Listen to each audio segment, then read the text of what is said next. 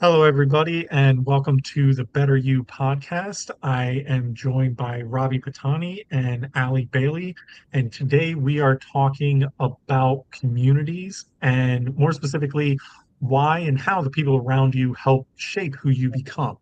By the end of today's conversation, I hope you'll understand how the people around you shape your mindset and how to build a community that helps you become a better version of yourself. So, with all of that, let's get started. Um, it was our last podcast we discussed with Dr. Tilden about empathy, and I I ended up falling in the category of empathy. Is learned. I think Dr. Tilden veered more toward the empathy being an innate quality that you either have or don't. Um, but with that in mind, and assuming I'm right, I'm probably not, but let's assume I'm right because I love doing that. Um, but with that in mind, how can we learn empathy? So, just kind of chiming in, something that I think about is the way that we're raised, things that we see from our caregivers or siblings, anybody that's around us in our upbringing. Definitely we're shaped by different life experiences. And, we can certainly see that, when somebody's empathetic, we feel warmer around them. So, when we're in a conversation, when we're trying to form interpersonal relationships or even feel good about ourselves, empathy is the way.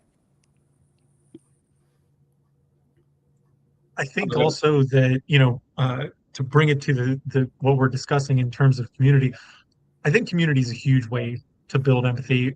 And even if it's not necessarily you building empathy because it's an innate thing, it's a great way to understand how to display empathy. Um, because I'm sure this has happened to everybody. It's definitely happened to me. I've been the person doing this, but like you talk to somebody and you're like, oh, this is what's going on with me, and it's a lot, and you're kind of just telling them, hey, this is where I'm at, and then the person just dismisses it immediately and then goes, okay, well, what about all of this stuff that's going on with me? Everybody hates that guy. They don't hate that guy. Hate might be a strong word.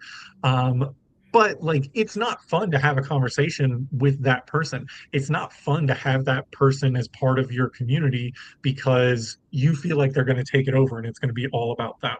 So I think like when we are part of communities, it helps us learn those skills to, not do that.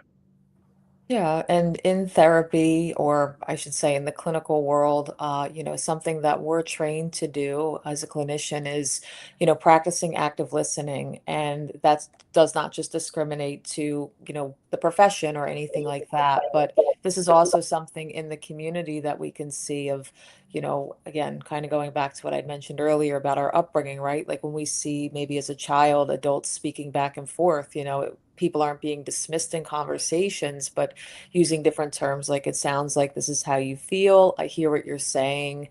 It really helps to kind of bring people together when we're participating in active listening. So when we're in the community, as an adult, as a teen, whoever you are that's watching, when you're allowing others to know that you're listening to them, you can make genuine connections. Yeah, absolutely. And I think those connections are very important.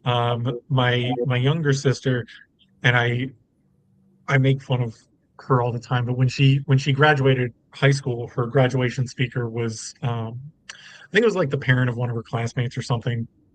But he kept saying people become people through people. Like he would do half a paragraph and then he would say people become people through people, and then he would do another half of the paragraph, and then he would say it again, and like he said it so many times that it became a joke that we continue to poke fun of in our family. But it doesn't change that he was right, in my opinion. Like you become the person that you're going to be, not just through your own action, that's super important, but also through the people you surround yourself with and their impact on you. That's so true, Aaron. I feel like I see myself in that situation most of the times, or like the people around me are like, like finance gurus or whatever that is. I'll learn more about finance or the economics, like, like being around like Ali and like our other clinicians. Like I'm learning more about the human mind, learning more about empathy, like we are talking about it today. So I think it's a beautiful thing when you surround yourself with like things that you want to grow towards, or at least learn. And then I think you just everything falls right into this place. Absolutely, absolutely. I think also, to me, like community and relationships and having people in your life that you can talk to on um, I think very few of us have one person that we can talk to everything about. We have an arrangement of people that we talk to about with different things. But I think that's important. And I also think that we develop a sort of understanding around how productive communication goes. Because I think that most of us, for whatever reason, tend to default to communication being here, let me tell you where I'm at. And what I believe and what I think is right and all of that. And that's not how communication goes.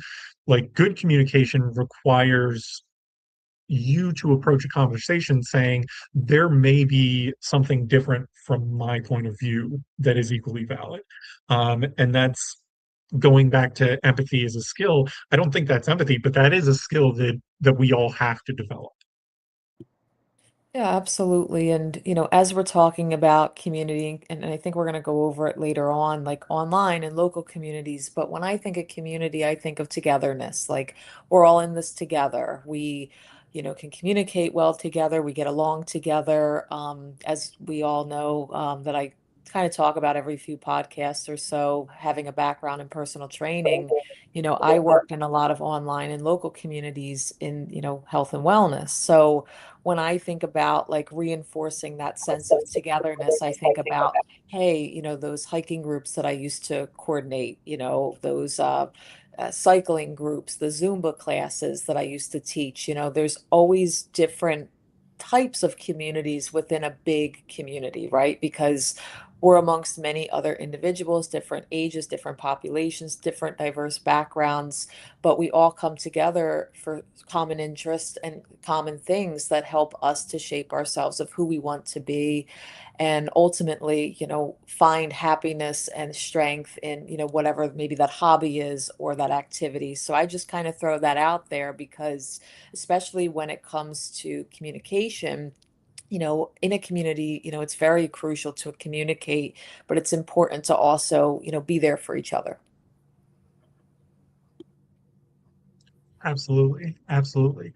I may be jumping ahead, but I want this to be sort of a through line of our conversation, beyond just how communities can help, but also like as an individual, how can we build a positive community for ourselves? And how can we be, for lack of a better word, a good citizen of that community? Well, I think it's really like listening to the needs. Well, I say needs of the community, and maybe in that need is for ourselves, right? So for example, if I'm someone who, I'll just go back to the fitness example. I'm somebody looking to get in shape, maybe I'm not joining a cycling group 3 times a week right from the start, but maybe I'm making small little changes in my own community, which is my small home. Eating right a little bit better, maybe waking up an hour earlier every day, doing something to fulfill my psychological needs. Because I think that's what it comes down to, especially when we're in many different groups in the community, or maybe just one. Maybe it's just with ourselves, right? So having that discipline, making those small steps, those small changes, and really building a lifestyle. Ali, on that note, like when I love the fact that you said psychological, like if you psychological like mind, like what if people don't know what they want Yeah, I know that's a within the common community? thing. No, Yeah. that's a common thing. Like sometimes people may come to us as a clinician and say, I really don't know what I want. And, while we can't tell them exactly what they need or where to go or what to do, because we can't really tell people those things, right? But we Mhm. can kind of use different techniques to kind of go under the surface of, hey, what are some things that you could see yourself doing in the next 5, 10, 15 years? What are things that would fulfill your needs now? And psychological needs I think of as sometimes just finding the willpower to make a change for yourself. Sometimes people want that sense of belonging, sometimes they want to feel heard. So you know bridging over whatever those resources are. I mean, I've worked with clients in the past where their complaint was you know not having priorities, so we made a priority list. I've worked with clients where I want to wake up 45 minutes early, every day and go to the gym or take my dog for a walk. And that, client, I remember working with them and it was okay. Well, every day for the next month, we're going to set your alarm 5 minutes earlier. Well, why not the full 45 minutes earlier from the jump? Well, no, let's work together and just do the 5 minutes because ultimately that's going to help you to meet your goal. And they did. So everybody's psychological needs are different. So I would encourage whomever is watching, if you feel that way and are unsure of maybe what you're looking for, what you need, is make a priorities list or maybe even a pros and cons list. See maybe from the other perspective, like if my life was different in one way, how would it benefit me or how would it not benefit me? Because that's a really good way to start. Yeah. Oh my gosh. So much that happened with what both of you guys said that I have like 1,000 things that I want to say, and I don't want to derail or take over the conversation. So before we move on, I do want to summarize what we were talking about just a little bit and talk about like communities are important for every single one of us. We need to feel like we're a part of a community, and it goes both ways. Not only do we need a community to support us, but we also need a community to be supportive of the community if we're going to be good members of that community. And that's how one of the ways that we can build strong, helpful communities that we benefit from. It goes both ways. Um, that's my summary. If I missed anything, please add on to it. All right, we're good. So, Robbie, you said something, and you've talked about it a bunch that I think is really important when we're talking about building a community. And if I'm wrong, please push back. But I've heard you talk about so many times on this podcast and in our own conversations about the importance of getting a different perspective and seeing things from a different lens. And I think that that's where local communities versus online communities really there tends to be that huge divergence because, like, one of the great things about local communities or online communities, rather, if I can find somebody who is right up my alley, who, if I search hard enough, I'll find somebody who agrees with me on everything, who could support me on everything, and that's great. It gives you all the cuddlies, it feels good, but it also stagnates you in a sense. Because I think, as you've pointed out many times, Ravi, like you need to have a way to expand your perception. And when you were talking about feeling lost, and all of us have felt that at some point, I'm pretty sure. Uh, but having that expanded perspective really, to me, it helps me find where I want to go because then it has me considering things I haven't considered before. I find personally that usually I'm lost because I don't know where to start. Uh, and having those perspectives that are different from yours really helps. So one of the things that I really want to kind of emphasize is that it's easy to build a community of like-minded people, and that's great and it's important, but it's also important to have people in those communities that you're comfortable challenging and are comfortable challenging you, because most of us don't grow from constantly having support. Support is great. It's the best, Mhm. but we also need to be challenged at times. And so I think it's important to have in your community somebody who can challenge you.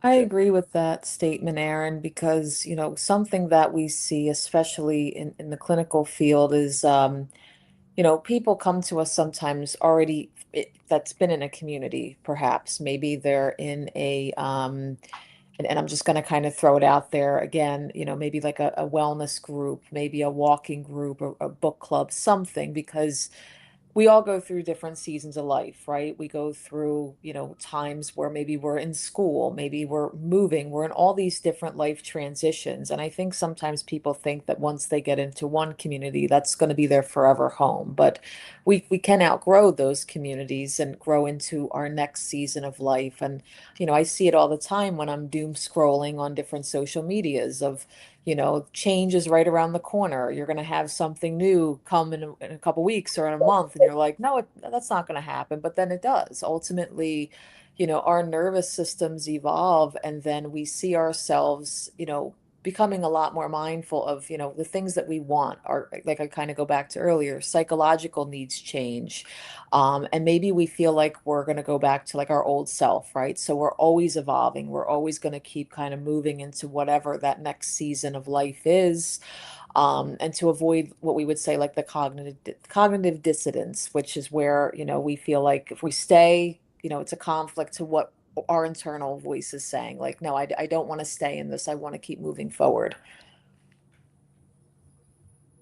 So, real quick, and then I want to get back to community. I did want to touch on cognitive dissonance because I feel like it gets talked about a lot in the psychology community, and it's spilled over into pop culture a little bit. And initially, my understanding of it was basically, oh, this person isn't understanding reality because their brain is preventing them from doing it. And now I sort of have a different perspective on it in terms of like cognitive dissonance is I think, no supporting research, so I'm probably wrong, but I think it's almost in a sense a survival mechanism because growth requires us to confront the things that we need to change about ourselves in order to grow. And I think the internal cognitive dissonance that we experience is almost a way for us to say, am I ready to confront that? Do I have the capability to confront the things that I need to confront in order to grow? And for some of us, the answer is no. And for some of us, the answer is yes. But I feel like when you're experiencing cognitive dissonance, when you see somebody experiencing cognitive dissonance, to me, it's almost a sign of like, okay, there's another step in the process for them to get to this point. I don't know if that makes any sense at all. No, that does. And that brings up a whole nother topic, probably for another podcast to be had, of the stages Thank of you. change, where, people are kind of in the in between of, I could make a change or I can't make a change. But I guess in this context, I was going a little bit more in line of, cognitive dissonance being where, our internal, value is, hey, like I've been involved with one or two communities. I've, met what I've needed to, have my lifestyle that was preferred then and currently now, but I want to move forward and evolve into maybe another community or, shape myself into something else. And again, that can look different for so many people. The common one that I've heard as of late has been like the gardening community. And that's just maybe because I live in a very warm climate and it's summer. Like people are like, hey, like I'm letting go of, said community. Now I want to go more in the gardening community because I get to be outdoors. I get to enjoy and see flowers and things and plants. So, again, it's up to the judgment of the person. And I think we really should do a stages of change podcast now that we're kind of thinking of it, because that could totally cover cognitive dissonance in the future. But I'll leave it there so I don't go over what we're going to talk about today. And I'll give it back to you, Aaron. Thank you so much. And agreed. And I was worried when I brought it up. I was like, I want to talk about this, but this is not at all what we're talking about. So thank you for keeping us and more specifically keeping me on topic. Um, I I think that's an important thing to recognize is this idea of moving on and leaving communities. And the one that really stands out to me, that maybe doesn't stand out to everybody else, maybe it does, I don't know, is your job. I think that a lot of people, I know a lot of people who, when they want to leave their job, they'll take, months, years, more time than they normally would, specifically because they're attached to the community and they have a guilt associated with leaving the community. And I wanted to ask both of you, and if any of our viewers, have you experienced that, whether it's in your job or not, but where you're staying in a community that maybe you've outgrown, that's not really helping you grow anymore, but you're staying in it because of your attachment to the people of the community and the sense of community versus anything else? I'll let Ravi go first. I have one that's outside of work that I want to touch on because I think a lot of people watching may resonate with it. But I also have some thoughts regarding, one's feelings with work, that could be seen as, again, that cognitive dissonance, but could, ultimately cause detrimental harm to them. But Ravi, please go first. I'm thinking a little bit deeper into it. And the only thing that comes in my mind is like drama-free environment. If it's like work or like family, um, I'll have a chance to go back to the home country, and then like I'll see my family members just like being so negative, basically gossiping, and just talking shit about other people. And then like at that point, I find myself like, okay, like this is information like I don't like or I don't want to hear. So I am fortunate enough to know, okay, let's get out of this, so they don't feel bad or they don't feel disrespected. Um, like I think that's just the internal clockwork for me. Like I'll if I see something that's like, oh, I'm not like getting anything out of it in terms of like growth wise or any like wisdom, um, I'll remove myself from it. Aaron, I don't know if that helps your question, but I think that's a simple answer. Oh, no, it does. And I think that that's an important thing that I think we're going to get to later, but I do want to touch on here, is that, you know, not all communities are healthy, and not all communities are healthy specifically for you. It may be healthy for other people, but maybe it's not specifically healthy for you. And I think that one of the difficulties that faces all of us around communities is being able to recognize the community impact on you as a person. Because I found that a lot of communities are really good at making people feel like they belong and like they're accepted, whereas not a lot of communities may be good at helping people grow and discover themselves. Um, and those are two different things that you look for in a community. Yeah, and that kind of segues right into what I had thought about because really, and like in Ravi's example, with going back home, we can see different behaviors in people when they're starting to maybe outgrow different social interactions in different communities and things, and that could be resentment, irritability, emotional emptiness, isolation, and I've even seen it in my personal life with friends who have said, well, I'm unhappy in my workplace and, I want to leave because of XYZ. And I'm like, well, is it just burnout or is it because, you're ready to move on to the next phase of whatever, your field of study is, or, is it bullying in the workplace or harassment? There's so many different things, but the commonalities are, we see that people can have those different behavior changes. So, sometimes, as a clinician, we do work with people because we don't want to see them just leave school or leave their job because they're unhappy for 3 or 4 days out of the year, right? So that could be detrimental to someone's financial, emotional health, especially if they have a family. But something that I was thinking about is, and even for myself, I mean, I've stepped away totally from social media as of recently. And the reason being is because, a few months ago, I was preparing for a large exam, and I noticed for myself a lot of doom scrolling and things. And with whatever time I was spending on social media, I was like, hey, if I'm on social media for an hour, I can study for an hour. So, I ultimately got rid of my applications because for me, I only had so many friends on my social media accounts that if I posted something, I was like, huh, only so many people are going to see these things. And yes, I'm helping to promote things, but I'm also promoting just whatever that repost is, or picture of me at Walmart or whatever.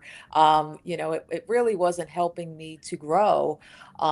So when I was logging off of like Facebook, Instagram, TikTok, it wasn't giving me any fulfillment. It was actually frustrating me because it was taking me away from whatever other tasks I had, like my exam that I was studying for. So our nervous system can react, and again, it can react in so many different ways. It can cause disruptions in sleep. So it's really good that we focus on those internal and emotional signals to know, like with Ravi said, if there's drama outside, externally or internally, sometimes just best to leave it. Ellie, on the same boat, literally on the same boat in regards to social media. This was actually like 2 weeks ago. I have a not a theory. It's just my own like. So I'm like balanced life. Like I won't use social media over the weekend. I'll still be in the present, right? But during the weekday, I'll like open it up just to see like news or whatever's going on. But last week, I found myself like on Monday actually like using it. I'm like, okay, like nothing is helping me like to gain like the time that I'm spending on here. I could be spending researching about work. I could be spending research or like spending time with my nephew, my mom, or whatever it is. So like I told myself on a walk, I was just going, I'm like, okay, I'm gonna tell myself out loud, I'm not gonna use it for a week, and I did it. It was actually very easy. I slept great every single Good. night. Had more time to do a lot more things. So yeah, so I'm on the same boat. No, very good to hear. I'm glad that it, helped you. And hey, for some people that do have family that's located far away, I know I'm someone that, I'm in Florida. I have family. I'm from Connecticut originally. So, a lot of cousins, aunts, uncles, things up there, family members and really good childhood friends. So, of course, you want to stay connected, and there's Mhm. times to be able to connect with them. But I mean, in my example, right now in this part of my life, being on social media is not a necessity to me. I'm in the moment, but Exactly. hey, doesn't mean in 6 months around the holiday time I want to see the snow and everything while I'm sitting down here with the palm trees and remind myself of the cool Christmassy look, and other holiday endeavors. But it's just all about where you are and what you're doing presently. So I just wanted to kind of throw those things out there. Yeah. You also brought up something, you kind of touched on it, but I think it's really important, especially when we talk about communities and relationships. Um, and that is that, and this is something that I've seen, it especially applies to jobs, but I think it applies to communities in general. And that is when a relationship with the community becomes unhealthy or goes outside of the bounds of what you've decided you want from this community, in a meaningful way, like that's the time to leave. Like shortly thereafter, maybe give it some time to come back, take a vacation, whatever you need to do. But that's the time to leave, because the longer we spend in a community where our relationship with it has become habitually unhealthy, the more, in my opinion, and just in my experience, and please correct me if I'm wrong, Ali, the more that healthy feelings and happy emotions tend to turn toward resentment. Like, I know somebody, I'm not going to name who, but I know somebody who stays at their job years past when they should have left. And every job that they leave, they're like, F that place. It's terrible and I hate it. And I'm always like, yeah, but you loved it when you first started. You just stayed too long, and now all you can remember are the negative times. And in a sense, getting us off topic again, because I do that all the time, but in a sense, that's also can be true of person to person relationships, and even romantic relationships, marriages, where there's a healthy place to exit, and if you don't take it, uh, resentment or fix the issues, resentment starts to fester. Yeah. No, I understand that, Aaron. That's a really good point because, something that I've heard as a clinician is, somebody's walked into the office before and has said, "Hey, I just quit my job and it feels like a weight's been lifted off my chest." And it's like, for me, if I thought of that scenario, if I had ever been through it and I lost my job, I would think, well, what do I do now?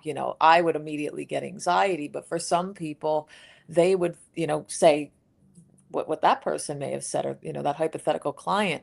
Um, so I think of, yes, the emotional and the mental side of things, but also physically how our body feels. So for example, while one may feel like there's a weight, lifted off of their chest, especially when it comes to, communities, we see the somatic responses, or the physical responses to different things. So for example, if we're going to a physical wellness group and we start to feel that that's, not for us anymore, or we're doom checking our social media. Maybe we're feeling like tightness in our chest. Oh, is somebody going to repost a photo of me that was embarrassing, or post, rage content against me? Somebody starts to feel tension and fatigue, and just like that lingering thought of, why am I even looking at this? So mental, emotional, physical dread, can definitely be a telltale sign that, maybe this is something I should start to kind of step away from, or take a step back and recognize these emotions, and these feelings, because we might not even know that we're doing it until maybe we take a step like Ravi did of taking a step back from social media for a week and seeing the changes in his emotional and physical well-being. I think, well, before we move on, I want to summarize, and please chime in, both of you, if I miss some things, because we did cover a lot. But it is important to build your communities with intention. And it is also important to recognize when a community has become unhealthy, and to have the ability to step away if you need to, in order to preserve your own Yeah. uh, health, mental health, whatever, and also preserve your respect for that community. Because I think that can happen a lot, where we don't step away in time, and then by the time we leave, we're just like, they're garbage. And that's probably not true, because all of us have pros and cons. Um, but sorry, I'm gonna kick it over to one of you guys to take the next part of it, because my brain just farted out for a second. I'm sorry about that. No worries at all. I think the next part that we wanted to talk or touch base on was the mindfulness. I think we spend a fair amount of time, like, you kind of at like 24 hours, you have your mind to yourself, right? So what you feed, whatever you're thinking, is going to develop who you are as a person, like today or the future. So how do you guys deal with it? Like, I want to ask you, like, I'll start with Ali. Like, what is a mindfulness exercise that you do to making yourself like grounded or humble? No, absolutely. I think taking in the environment around me is important. I can definitely multitask quite a bit and lose sight of the things that are around.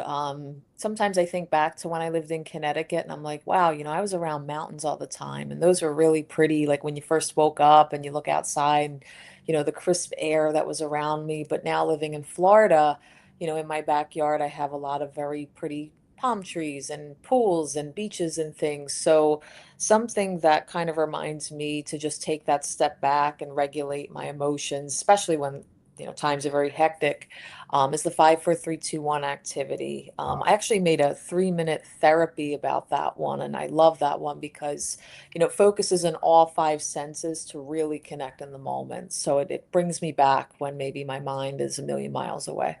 You Aaron, anything on your head or on your mind for that? So You mentioned multiple times of doing yoga, like I was gonna say. yeah, I Yoga, mean, yeah.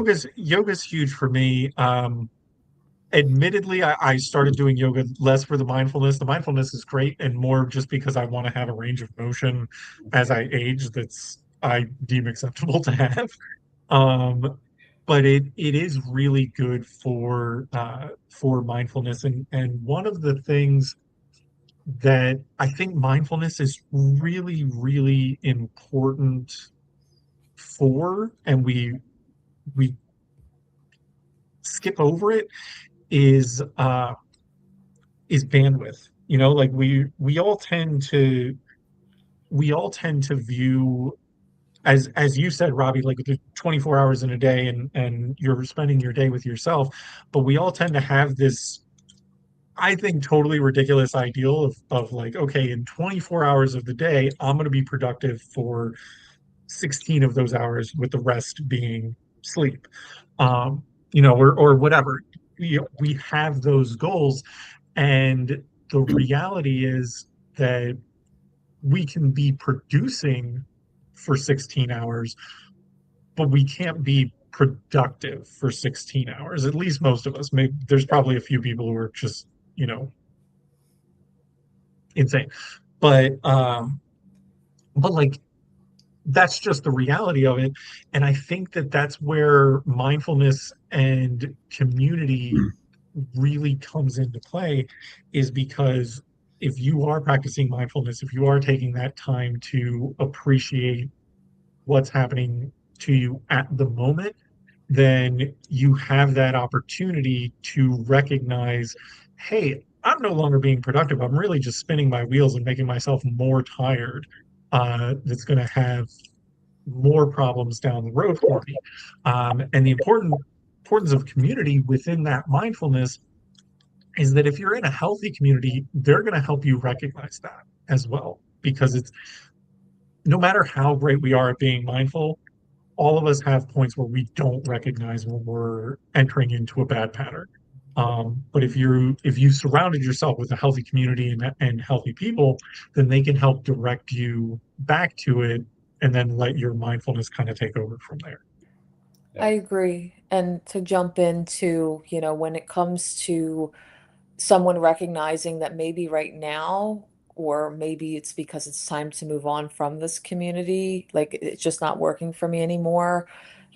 I think sometimes people may have that cognitive dissonance or that fear of changing because they feel like it's a betrayal to themselves or others, or like a personal failure. And I want maybe those watching who have or do feel this way about maybe making a change, that you are navigating your exit, or navigating your evolution of your lifestyle journey, right? So it can look so different for every one of us, but it's not a failure. You're growing.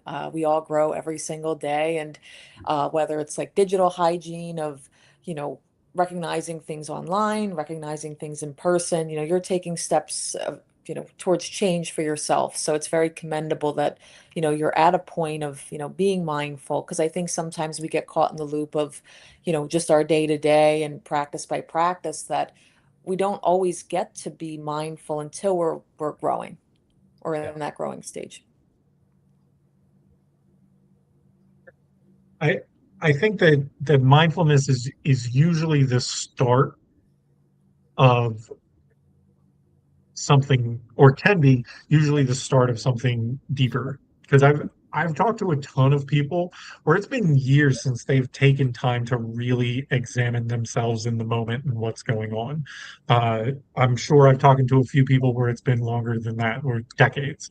And when we have that practice, and when we do it regularly, I think it becomes easier for us to recognize, for lack of a better word, the healthy inputs and the unhealthy inputs. What do we have? What are we surrounded by that is helping us, and what are we surrounded by that is harming us? And a lot of times, in my opinion, it is the community. Like, the community plays a huge role in it. I'll give you an example. When I was in eighth grade, I went to I was in school, and I went to we were doing like a um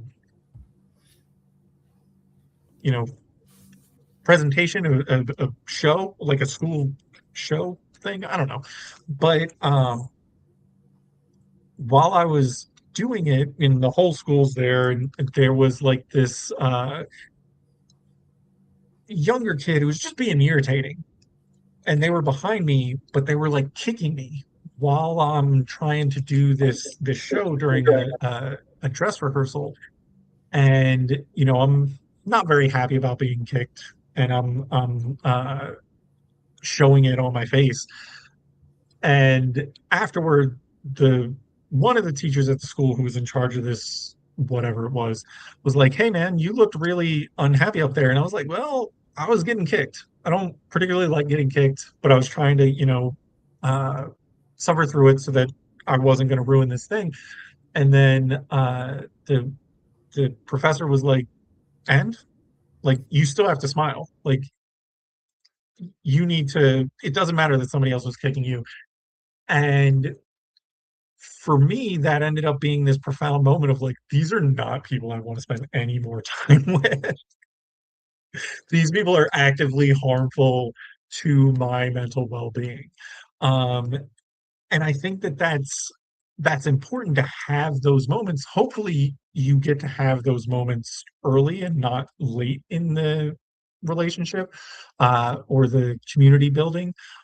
But I've seen what happens when people have built communities around unhealthy relationships or around unhealthy expectations that are placed on them that they struggle to meet, and it's not good. Like it's resentment. It's in some cases a detachment from reality. It's just a lot of negative things that end up building up over time. Yeah, and I have seen, not just in professional but personal life, different communities being built in the sense of a friendship. So, for example, people who have almost like a trauma bond, right? And maybe we see this too with, you know, regular, relationships or marriage where, the cost or price of the membership in this group is you're not allowed to heal or you're not allowed to grow, right? Because healing in a sense is a betrayal to the group, or, you're no longer going to be a part if you get to that next step of your life. And maybe it's, finding a job, finishing school, whatnot. Everybody goes through trauma. I understand that. And, there's certainly support groups in place that can help people that go through trauma. But, again, there are some friendship groups or communities that can almost make us feel worse than feel better. So mindfulness plays a big role here because we can be more self-observant and mindful that, we feel heaviness, we feel stuck in like a fight or flight response after being with certain people or being involved in certain aspects of the community. So, I always mention trauma bonding when it comes to communities because we want to make sure that we're feeling that sense of independence as we're growing, and not that sense of the codependence or fall into a loop or cycle of codependence. Absolutely, absolutely. Um, so before we move on, we were talking about mindfulness, and I think it's really important to have mindfulness practices in your life just for your own sanity and uh, sense of self. But it's also important to use those mindfulness practices when we're in situations that aren't working out for us so that we can identify, when we and what we can do when we're in those situations and what we can do to change those situations. And sometimes it is ending your relationship with the community. I know there are a lot of people, especially my age, it's a lot of people no longer have relationships with certain family members, which is difficult. Um, but at the same time, when you're recognizing that the expectation is to spend all this time with them and also be miserable during that period that you're spending time with them, and that you, even in some cases, that you may walk away from spending time with them a worse version of yourself, it is something where mindfulness and those practices can kind of help you decide and define what is the healthiest step that I can take. Not necessarily what is the optimal step that I can take, but what's the one that's going to increase my own health, my own mental health, my own well-being. And that's why I think mindfulness is so important, especially when it comes to your relationships within a community. So with that, I did want to move on because there were definitely more things that we wanted to talk about, but we are getting close to time. So I want to make sure we touch on some other things. And Robbie, you talked about it right at the beginning, and I want to circle back to it.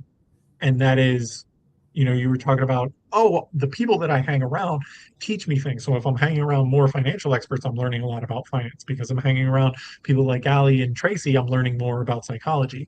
And I think that that's a very important principle that we as people tend to overlook, and that's behavior is contagious.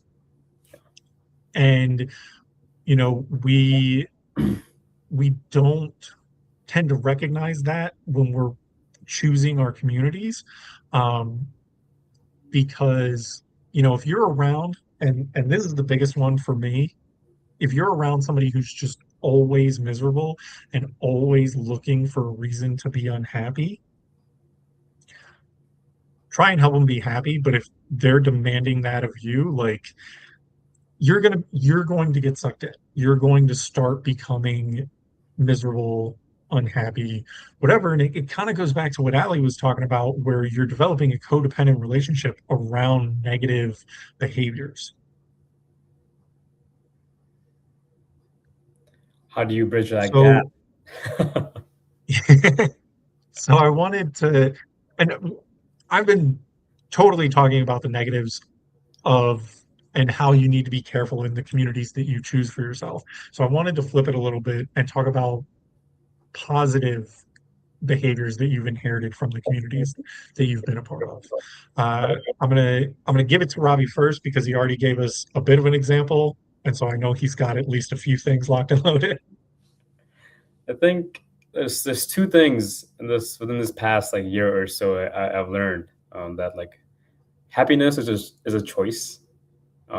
It's tough to swallow for most of the time for a lot of people, but we as like human being always like tend to look forward to like, oh, if I accomplish this, I'm gonna be happy. Or if I accomplish that, I'm gonna be happy. But we like are never happy with like what we have, and then like a lot of people actually forgets that, and then within those moments, like I'll practice gratitude. Like, okay, like everything's okay, perfectly fine with what I have in life. So that's, and then the second part was being in the present.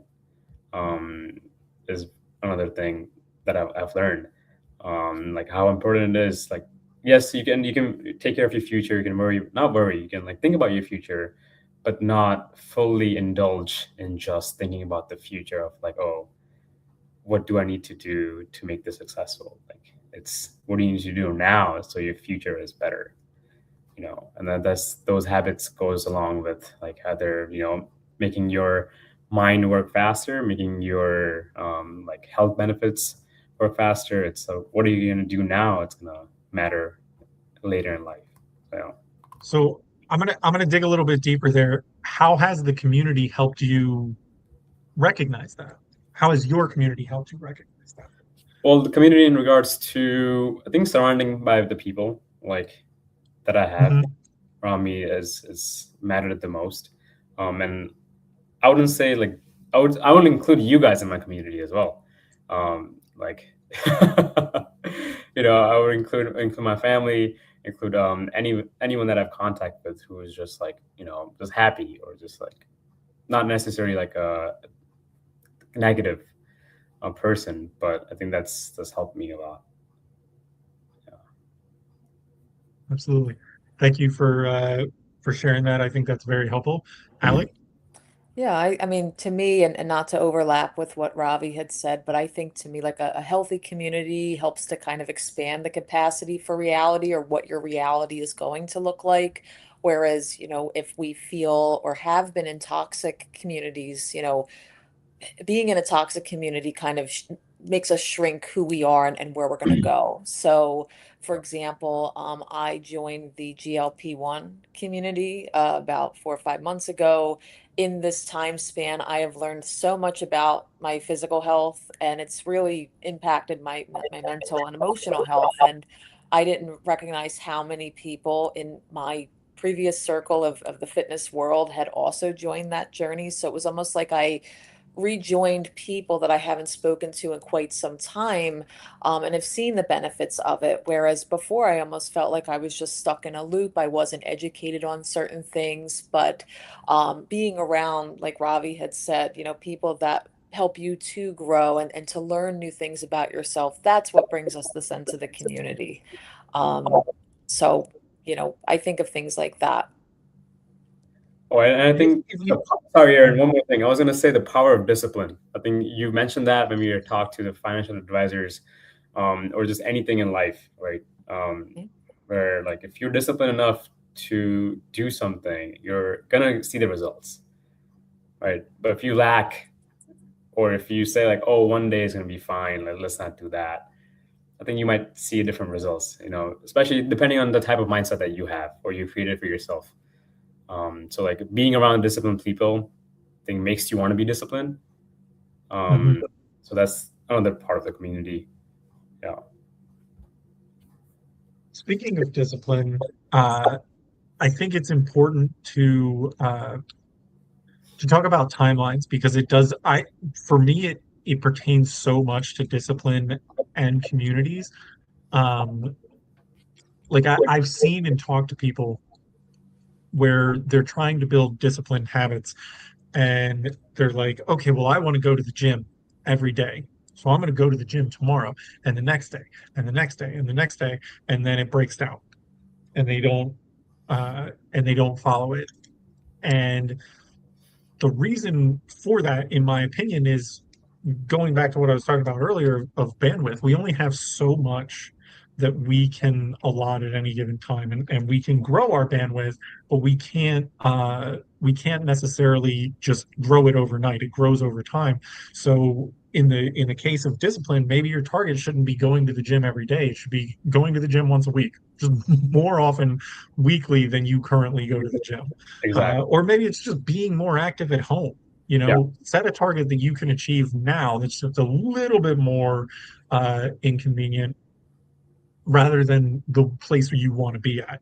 I think that's super important. And I think that it's also really important when it comes to forming our communities, because we tend to say, oh, well, I want X, Y, and Z for my community, and I want all of this for my community. But communities are made up of other people. They want things from you too.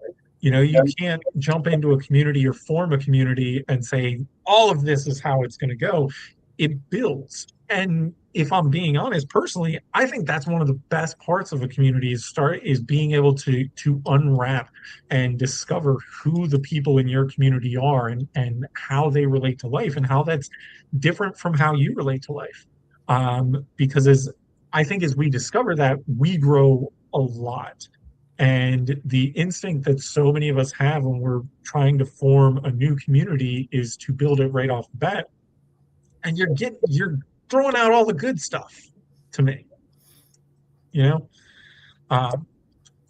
but that's my own perspective. I don't know if anybody else shares that perspective, but I do think that one of the things that we struggle with as people a lot, especially in the sense of community belonging, is wanting everything to happen immediately. That's not how life works. You have to build to something. And other thing would be comparing to others. Like I think that's the toughest thing for a human. Like compare yourself to you, like everyone's got backgrounds, where they come from, different mindset. You have to compare yourself to yourself if you're better than yesterday. And what more you can do to improve by looking at other people of like, oh, this person's doing this, like this is good, like I should be, following in those steps, rather than like trying to see like, oh, they did that, I have to do the same thing. It's also, I think yourself is such a good comparison, because it's realistic. Like you can always attempt to be a little bit better than you were yesterday. It's unrealistic for me to be like, ooh, I'm going to start trying stand-up comedy. I want to be like a John Mulaney or whatever, and I want to be like, no, that's ridiculous. And if I have that thought and that comparison, I'm probably going to give up. And I think that happens a lot. I know we're over time, but I'm going to keep going because we started a little late, if that's okay with both of you. Of course. But I think that happens a lot when people move.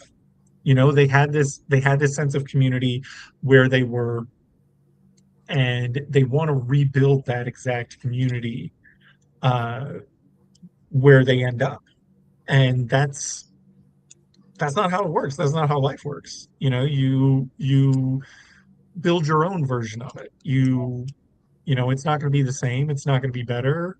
It's not going to be worse. I mean, maybe it's better, maybe it's worse, but it's going to be different. That's the big one. It's going to be different, and it's going to happen over time.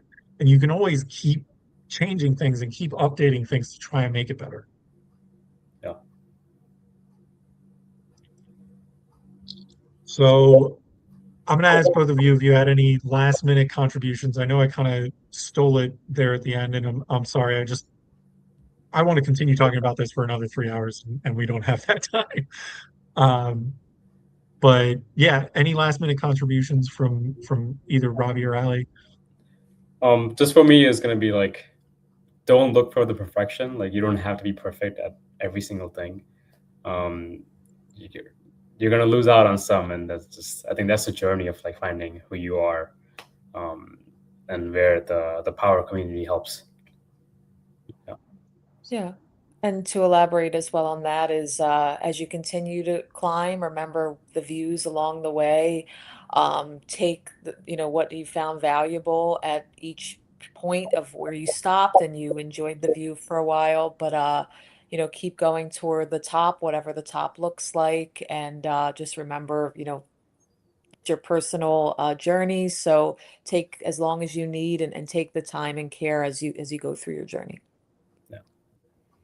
Absolutely. Well said, both of you. I want to thank you both for being here. Thank you for everybody that watches this now and might watch this in the future. Thank you, Tildamco Wellness, for sponsoring this. Don't forget to hit like and subscribe. We'll see you next time. Thank you.